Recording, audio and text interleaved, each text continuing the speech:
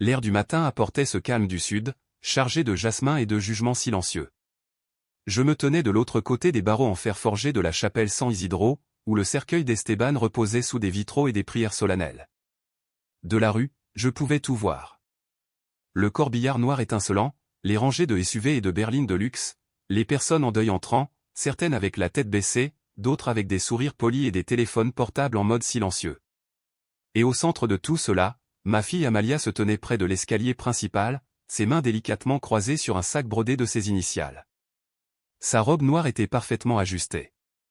Elle portait le deuil comme s'il s'agissait d'une répétition de défilé impeccable, repassée et précise. Elle ressemblait en tout point à l'héritière en deuil, mais rien de tout cela n'était réel.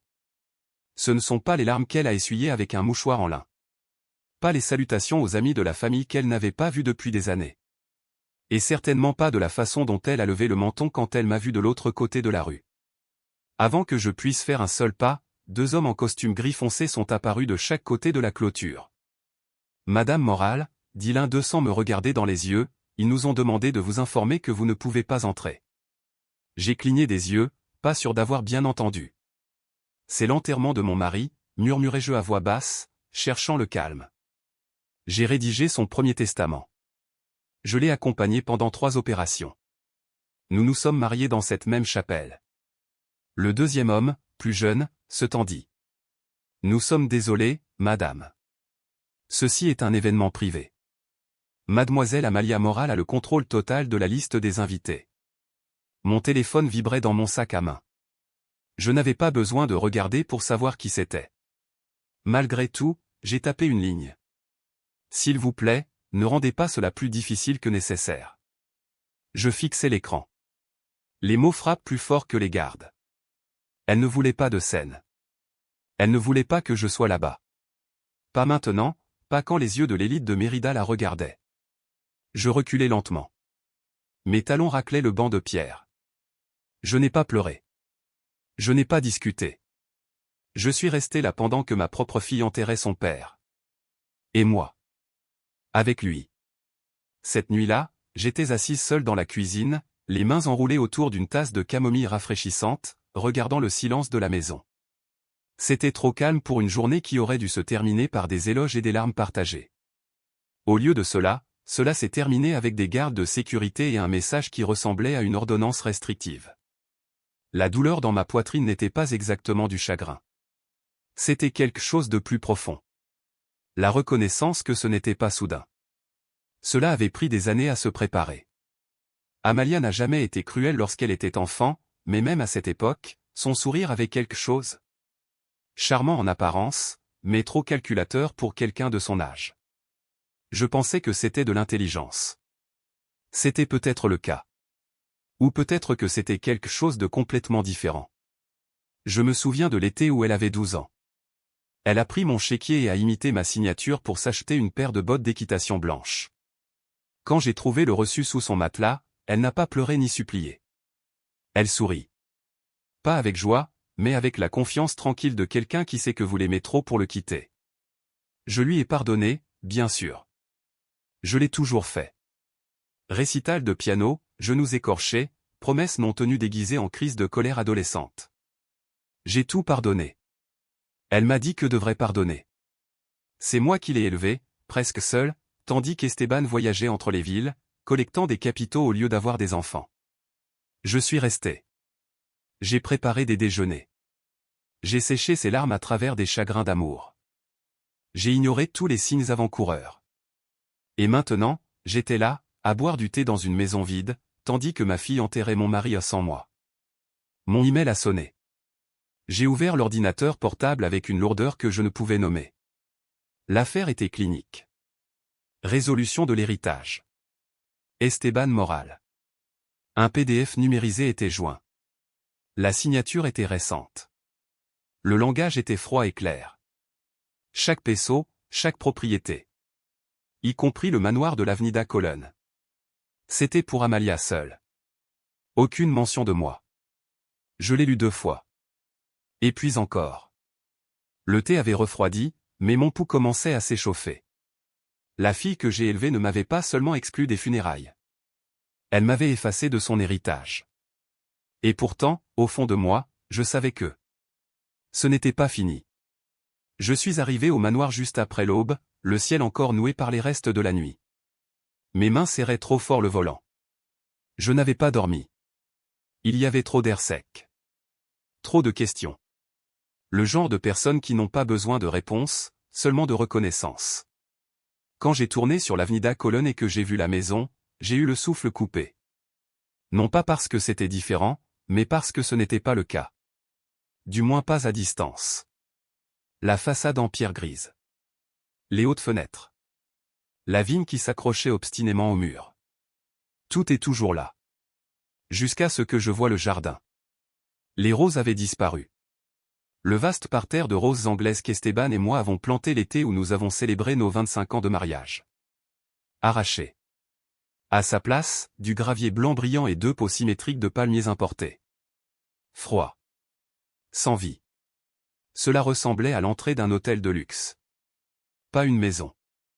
Je me suis garé sur le trottoir et je suis sorti, lentement et délibérément. Mes talons craquaient sur le gravier alors que je m'approchais de la porte d'entrée. À travers les hautes fenêtres, je pouvais voir le hall d'entrée. Là où étaient autrefois accrochés les portraits de notre mariage, du baptême d'Amalia. Il y avait maintenant des toiles abstraites. Des lignes incolores, des triangles sans mémoire. La porte s'est ouverte avant que je puisse frapper. Une jeune femme de ménage que je ne connaissais pas se tenait là, les yeux écarquillés. Je suis venu voir la maison, dis-je calmement, même si ma poitrine me faisait mal. Elle hésita. Mademoiselle Morale a donné des instructions claires, murmura-t-elle. Vous ne pouvez pas entrer, madame. Je suis vraiment désolé. Elle baissa encore plus la voix. Elle a dit que tu n'étais plus de la famille. J'ai hoché la tête une fois. Pas d'accord. Mais pour clore le chapitre. Je me suis retourné et je suis retourné à la voiture. Des pas prudents sur le gravier qui a remplacé le jardin qu'Esteban entretenait autrefois en pantoufles, en fredonnant faux. Je me suis assis sur le siège du conducteur et j'ai regardé le manoir pendant un long moment. Le soleil du matin frappait les fenêtres. Mais je n'avais pas chaud. C'était comme se tenir devant un musée qui était autrefois votre maison. Un endroit rempli de choses que vous reconnaissez, organisé par quelqu'un qui ne les comprend pas. L'enveloppe est arrivée par courrier 3 jours plus tard. De couleur crème, estampillée du nom d'un cabinet d'avocats que je ne connaissais pas. Je savais déjà ce qu'il y avait à l'intérieur avant de l'ouvrir. Amalia avait déposé des papiers pour réclamer la maison de Colonia Roma. La même maison qu'Esteban et moi avons achetée lors de notre premier mariage. Avant que son entreprise ne décolle. Avant le manoir. Avant tout. Nous l'avions gardée, même après avoir emménagé dans le manoir. Et maintenant. Même ça, c'était aussi le sien. J'avais des histoires, des racines, mon nom figurait sur l'acte original, mais maintenant, selon les nouveaux documents, c'était légalement considéré comme une extension des biens matrimoniaux en vertu du testament révisé, et j'avais 30 jours pour quitter les lieux. Je n'ai pas pleuré. J'ai plié la lettre et je l'ai placée dans le tiroir à côté de la cuisinière, celui où je gardais de vieilles photos et des factures de service public. Je suis resté assis à la table de la cuisine pendant un long moment, traçant le motif usé dans le bois avec mon doigt. Cette nuit-là, le téléphone a sonné peu après 10 heures. J'ai à peine répondu, pensant que c'était un autre vendeur ou un mauvais numéro, mais la voix à l'autre bout du fil était douce, nerveuse. Madame Morale ? Oui. J'étais l'une des infirmières de Monsieur Morale dans ces dernières semaines. Il y eut une longue pause. Elle lui faisait signer des choses alors qu'il était à peine réveillé, alors qu'il respirait à peine. Je ne savais pas à quoi il acceptait. Je pensais que tu devrais savoir. Avant que je puisse demander son nom, la ligne a été coupée. Le lendemain matin, je me suis rendu directement à la banque de la rue Alvaro Obregon. Je n'avais pas ouvert le coffre-fort depuis des années, pas depuis qu'Esteban et moi avions rompu. Certains anciens accords de fiducie, la plupart de nos documents sont désormais numérisés mais j'ai toujours insisté pour conserver des copies physiques, au cas où. Le commis m'a donné la clé et m'a conduit à l'arrière. Quand j'ai ouvert la petite porte grise, l'air à l'intérieur était sec, toujours. Entre les certificats de naissance et les obligations se trouvait un épais dossier en papier craft, étiqueté de la main soignée d'Esteban Elvira, originaux.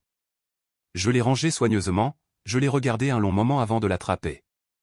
Quelle que soit la bataille qu'Amalia pensait avoir clairement gagnée, elle oublia une chose. C'est moi qui ai appris à Esteban à protéger ce qui comptait.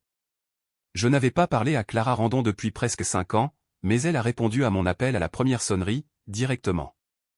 Apporte juste ce que tu as, je serai là. Son bureau n'avait pas changé. Il était encore rempli de lourdes étagères en chêne et de diplômes encadrés de l'UNAM et de Harvard. Clara s'est toujours comportée comme une femme qui n'avait rien à prouver. Elle nous a servi à tous les deux du café sans demander la permission et a fermé la porte derrière moi. J'ai glissé le dossier sur son bureau. Elle parcourut les documents, les yeux plissés, les sourcils froncés au rythme de chaque page. Lorsqu'elle atteignit l'accord de fiducie notarié, elle s'arrêta et se pencha en arrière sur sa chaise. « C'est de l'or, dit-elle doucement. Il l'a signé il y a 8 ans, juste après que nous ayons découvert la première tumeur sur son foie. Nous pensions avoir plus de temps. Et il ne l'a jamais révoqué. » J'ai secoué la tête. Personne d'autre que moi ne savait que cela existait. Nous l'avons déposé discrètement. C'était pour protéger nos actifs au cas où les choses se compliqueraient. Il m'a rapidement nommé commissaire fidèle. Chacune des propriétés, y compris le manoir, me revient, puis à mes futurs petits-enfants, si Amalia en a. Clara m'a regardé avec quelque chose qui ressemblait presque à de l'admiration. Cela annule la volonté. Elle m'a enterré alors que je respirais encore. Je ne me suis pas battu à l'enterrement. Je n'ai pas crié quand elle a échangé les fers à cheval. Mais ceci. J'ai touché le papier doucement. Ici je trace la ligne. Elle m'a étudié pendant un long moment, puis a hoché la tête lentement. Nous déposerons une requête pour contester le testament et invoquer la fiducie. Ce ne sera pas simple, mais c'est solide. Tu étais silencieux mais pas aveugle. J'ai appris des meilleurs, dis-je. Mais les mots pesaient plus que je ne l'aurais cru, car le meilleur Esteban n'était plus là, et la personne que j'aimais le plus au monde était désormais quelqu'un que je devais affronter au tribunal. Pendant que Clara préparait la première série de documents, je croisais mes mains sur mes genoux et regardais par la fenêtre de son bureau, la ville où j'avais construit ma vie. Une tempête arrivait. J'avais attendu assez longtemps. Clara a déposé la motion 2 jours après notre rencontre. À mon retour à la maison, le dossier du tribunal indiquait déjà un numéro de dossier, mon nom à côté de celui d'Amalia, dans la froide neutralité du langage juridique. Les roues avaient commencé à tourner. Cette semaine-là, j'ai appelé discrètement les gens qui autrefois remplissaient les couloirs du manoir de mouvement et de soins, les femmes de ménage, et même le fleuriste qui livrait les mêmes lisses blancs qu'Esteban commandait toujours pour notre anniversaire. La plupart n'étaient plus là. Des réponses polies, professionnellement distantes. Un seul a accepté de me rencontrer. Thomas Aguilar, notre jardinier depuis près de 12 ans, m'a rencontré dans un petit café du quartier de Condesa.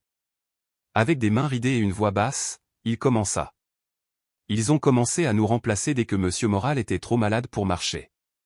Il a dit, en prenant une gorgée de café qu'il avait à peine touché, qu'il voulait du personnel qui ne s'accroche pas au passé. C'est ainsi que tous ceux qui se souviennent de moi l'ont exprimé.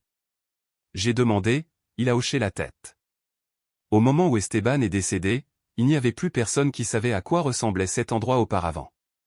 Quand je suis rentré à la maison, je me suis assis avec l'ordinateur portable qu'Esteban a utilisé à la fin, celui qu'Amalia n'a pas pensé à bloquer. Je ne m'attendais pas à grand-chose. Peut-être quelques emails, des rappels de calendrier. Mais un message est ressorti. Envoyé à un ancien contact personnel, quelqu'un de l'époque de la société d'investissement. Pas de sujet, juste une seule phrase, si quelque chose arrive, Elvira sait où est la vérité. L'horodatage était 50 semaines avant sa mort. Je l'ai lu encore et encore, essayant de lire entre les lignes déjà chargées de sens. Elle ne m'avait pas parlé du message. Elle ne m'a pas prévenu des intentions d'Amalia. Mais dans le brouillard de ces dernières semaines, elle avait laissé un signe, pas pour les avocats, pas pour le public, pour moi. Je me suis assis, les yeux fermés. Le silence de la maison m'enveloppait comme un souffle retenu trop longtemps. Tout morceau qui était encore caché, Esteban avait confiance que je le trouverais. Et cela signifiait qu'il était temps d'arrêter de se souvenir et de commencer à démontrer. Clara a agi rapidement. Le document de fiducie que j'ai pris à la banque était en parfait état, attesté, notarié et soutenu par un enregistrement de vérification numérique. La signature d'Esteban était claire, datée et stockée sur une plateforme de certification, un système que j'avais insisté pour utiliser à l'époque où les systèmes cloud étaient nouveaux dans le domaine du droit successoral. Il m'avait plu, alors maintenant il était mon bouclier le plus fort. Nous l'avons transmis au tribunal avec la requête initiale. Le document stipulait sans ambiguïté que j'étais fidéicommissaire de tous les actifs importants aux comptes financiers, biens et propriétés intellectuelles jusqu'aux 50 ans d'Amalia. Elle avait 42 ans. Cela me donnait 8 ans de contrôle, 8 années qu'elle n'avait pas prévues. Amalia a reçu l'avis dans son studio de yoga de Polanco, à mi-cours du cours, vêtue d'un legging lilas et d'un micro sur la tête. Le coursier m'a dit plus tard qu'elle n'avait pas bronché. Elle a accepté l'enveloppe, lu la première page et poursuivi calmement son cours.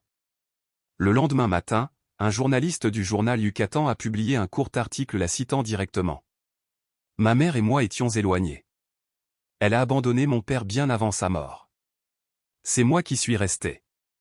J'ai tout géré quand il était plus faible. Il y avait aussi une photo, Amalia debout à l'extérieur du studio, les bras croisés, une expression douce mais ferme sur son visage, le genre qui gagne la sympathie de ceux qui ne lisent que les gros titres. Je n'ai pas réagi. Ni à la presse, ni aux rumeurs, ni aux voisins qui, au marché, ont commencé à m'offrir des condoléances tendues et prudentes, comme si j'avais commis un acte impardonnable. J'ai donc transmis l'article à Clara. Elle m'a répondu en un mot. J'ai cligné des yeux. C'était tout ce dont nous avions besoin. Car si Amalia croyait vraiment que le fideikommiso était sans valeur, elle ne se serait pas adressée aux médias. Elle n'aurait pas tenté de réécrire l'histoire avant d'être entendue par le tribunal. J'ai imprimé l'article. Je l'ai classé dans le même dossier qui contenait désormais la confiance d'Esteban, ses courriels et une trace écrite qui indiquait clairement une chose, cette bataille n'était plus une question d'émotion, mais de preuve. Et j'étais presque prêt à tout révéler au grand jour. Le palais de justice était petit. Pas de caméra, pas de grand jury. Juste une lumière tamisée et le bruit des chaussures sur le sol ciré. J'étais assis à la table des plaignants, à côté de Clara, les mains jointes. Le dossier de la fiducie reposait entre nous comme un chapitre scellé attendant d'être lu à voix haute. Amalia est entrée 5 minutes après l'heure, vêtue de noir ou toujours de noir. Son jeune avocat, bavard et prétentieux, a ouvert la séance par un discours sur le devoir filial et la tension émotionnelle. Il a qualifié le testament révisé d', expression claire de la clarté finale de Monsieur Moral. Mais la clarté ne vide pas les comptes. Lorsque Clara prit la parole, elle était calme et précise. Elle commença par le document notarié, horodaté et archivé à la fois physiquement et numériquement. Elle présenta le document indiquant la dernière date à laquelle Esteban avait pleinement ses facultés mentales, appuyé par un dossier médical et une déclaration sous serment du médecin traitant. Puis vint le témoignage de l'infirmière. Elle le lut elle-même, la voix légèrement tremblante, se rappelant Esteban à peine conscient lors de la signature des documents ou des documents qu'Amalia affirmait urgents. Le juge n'a pas interrompu une seule fois. Les notaires suivirent, l'un du trust initial, l'autre du testament contesté. Un seul, je me souvenais, avait entendu Esteban parler clairement, et ce ne fut pas le dernier. Amalia ne m'a jamais regardé dans les yeux. Pas même lorsque les documents ont été présentés, révélant un virement secret de près de 12 millions de pesos du compte d'Esteban vers un autre à son nom, 3 semaines avant sa mort. Pas même lorsque le juge a marqué une pause de près de 30 secondes avant de rendre sa décision. La fiducie, ayant été créée et préservée dans des conditions légales et vérifiables, sera pleinement respectée. Le testament présenté par le défendeur est déclaré nul. Les mots tombèrent sans une franche célébration. Clara posa doucement sa main sur la mienne, mais je ne bougeais pas. Amalia se leva. Elle ne dit rien. Ses lèvres pincées, ses épaules droites. Elle se retourna et partit comme quelqu'un quittant une scène effondrée derrière elle. Je suis resté assis, même après le départ du juge, même après que le tribunal se soit vidé. Car ce pourquoi je m'étais battu, ce n'était pas seulement une maison ou des comptes en banque, c'était le droit de dire qu'il ne m'avait pas oublié. Pas à la fin. Pas au moment crucial. 3 semaines se sont écoulées depuis le jugement. Les journaux ont qualifié cette victoire de discrète. Les voisins sont revenus nous saluer. Clara a rempli les derniers papiers. Les clés du manoir sont arrivées par coursier, accompagnées d'un inventaire manuscrit de ce qui restait à l'intérieur, meubles, registres, quelques peintures à l'huile qui avaient échappé aux rénovations d'Amalia. Je n'avais toujours pas décidé quoi faire de tout ça. Puis, un matin, mon téléphone a vibré juste après l'aube, un message vocal sans identification de l'appelant. Sa voix était plus grave que dans mes souvenirs. « Tu as tout pris ? J'espère que tu seras heureux. » Il y eut un long silence, comme si elle ne voulait pas en dire plus. Mais ensuite, comme si elle essayait de s'accrocher à quelque chose qui lui ressemblait encore, le message se termina dans un silence. Pas d'excuses. Pas de colère. Juste ce mince fil conducteur proche du regret, même s'il n'était jamais nommé. Je n'ai pas rappelé. Au lieu de cela, j'ai pris les documents de fiducie, les ai placés dans une enveloppe en papier craft ordinaire et y ai ajouté une note, pour vos archives. Avant de la sceller, j'ai surligné une ligne en orange. Ce n'était pas une ligne juridique, pas une ligne qui aurait du poids devant un tribunal. C'était une pièce jointe ou une pièce qu'Esteban avait insisté pour écrire lui-même, cachée vers la fin sous les signatures. Puisse cette maison vous apprendre un jour ce que signifie la famille. Je l'ai envoyée à son atelier. Pas d'adresse de retour. Elle saurait de qui il vient. Le lendemain, je me suis rendu au manoir pour la première fois depuis le jugement. Je me suis garé dans l'allée circulaire et j'ai franchi lentement les portes d'entrée, celles que j'avais choisies moi-même, bien avant qu'Amalia n'apprenne à utiliser le silence comme une arme. L'air intérieur était immobile, intact. Son parfum avait disparu. Ses meubles avaient été enlevés. Il ne restait que l'espace, la lumière et les souvenirs. Je me suis arrêté dans le hall et j'ai laissé parler le silence. Puis j'ai franchi l'escalier, franchi la porte de derrière et suis arrivé à ce qui était autrefois mon jardin. Je n'ai pas bougé. Non pas que je ne le pouvais pas, ni parce que les pièces conservaient l'ombre de sa présence. Je n'ai pas bougé parce qu'elle n'avait jamais été destinée à être la mienne seule. La maison a toujours été un symbole de ce qu'Esteban avait construit, de ce que nous avons essayé de préserver. Mais les symboles pourrissent à force d'y être attachés. Alors je l'ai donné. La Fondation des Arts et de l'Éducation du Yucatan cherchait un lieu permanent pour ses programmes périscolaires et ses ateliers communautaires. Elle disposait désormais de 22 chambres et d'un jardin restauré. Ils m'ont demandé si je voulais une plaque à mon nom. J'ai refusé. J'ai proposé le nom d'Esteban. La maison morale, un héritage d'apprentissage et de communauté. Lors de ma dernière visite avant la remise des clés, j'ai apporté un rosier. Non pas d'une pépinière, mais d'une bouture que j'avais conservée dans un pot en céramique derrière la maison Roma. Il provenait du jardin d'origine. Notre jardin, celui que nous avions planté l'année de la naissance d'Amalia. J'ai creusé le trou moi-même, dans le coin où l'ombre tombait juste. Je me suis agenouillé dans la terre meuble et j'ai enfoncé les racines avec précaution. Mes genoux me faisaient mal. Mes mains n'étaient plus aussi stables qu'avant, mais le rythme de la plantation était familier et silencieux. Personne n'a regardé. Personne n'en avait besoin. Tandis que j'essuyais la poussière de mes paumes, j'ai senti une légère brise caresser les feuilles. C'était dans ce même coin qu'Esteban m'avait dit un jour que certaines choses ne sont pas faites pour durer éternellement, mais pour avoir un sens tant qu'elles sont là. On dit que les morts nous laissent des biens. Mais parfois, ils nous laissent aussi des choix. Et j'ai choisi de ne pas laisser la trahison devenir mon héritage. Les papiers furent signés l'après-midi même. La fondation commencerait ses travaux le mois suivant. Je suis reparti sans rien sur la banquette arrière, à part un pot de fleurs vide et une légèreté que je n'avais pas ressentie depuis des années. Parce que parfois, l'héritage le plus durable n'est pas ce que l'on garde. C'est dans ce que vous donnez.